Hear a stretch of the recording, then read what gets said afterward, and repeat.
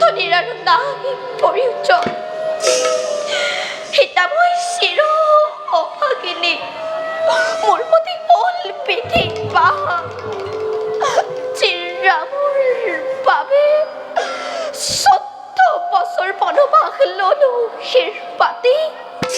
সেই ৰামে এদিন সতীত্বৰ ওপৰত সন্দেহ কৰি কৰিছিল অগ্নি পৰীক্ষা সমুদ্ৰৰ তীৰত পুনৰ ৰচুতা কিংকলীয়াৰ প্ৰজাৰ কথাত চালনাৰে ঠেলি দিল মোক জনখিনি অৰণ্যৰ মাজত সেইদিনা মৰণে আছিল মোৰ কাম্য জীৱনৰ কিন্তু ৰঘু বংশধৰ শিৰোমণি লৱ কুশ আছিল মোৰে গৰ্ভত সেইমতে মহৰ্ষি বাল্মীকিৰ কৰ্ণাত আজিও কটাইছো মোৰ এই ঘৃণিত জীৱন কিন্তু কিয় হলা মোৰ প্ৰতি এনে নিৰ্মম ৰাগ কিয় কিবা দুখ মোৰ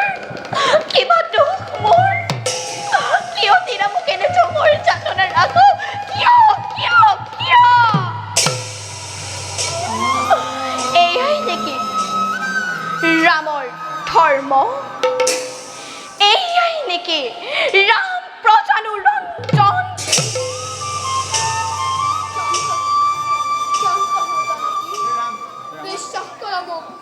জানকী মোক বিশ্বাস কৰা মিথ্যাচাৰৰ আশ্ৰয় নল'বা ৰঘুমণি তুমি ক্ষমা কৰিবা এই দুখনি সীতা চিন্তা নকৰিবা ৰঘুমণি জানকী আজি মই সেই ছায়া মুচিম নিজৰ জানকী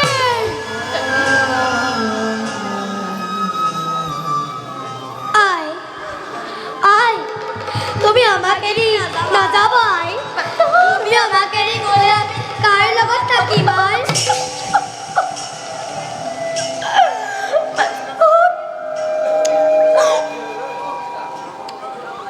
আজি সন্তে তহঁতৰ স্থান পিতৃৰ কাষত স্বামী গুৰু অভাগিনীৰ জানকী শত অপৰাধ কৰি মাৰ্জনা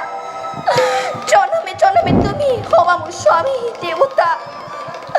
তুমিয়ে হবা মোৰ প্ৰাণৰ দেৱতা আজি সন্তে জানকীয়ে মাগিছে বিদায় আজি সন্তে জানকীয়ে মাগিছে বিদায় আহিব কমতে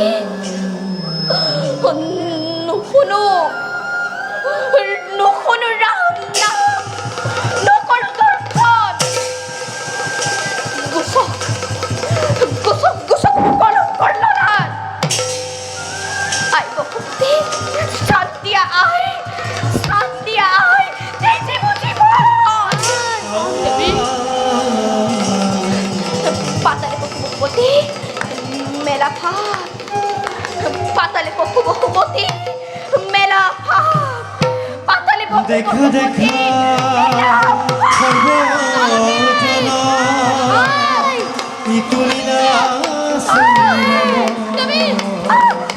রামায়ণ কথা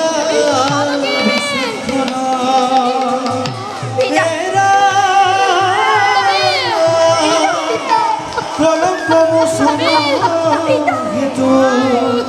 পাতালে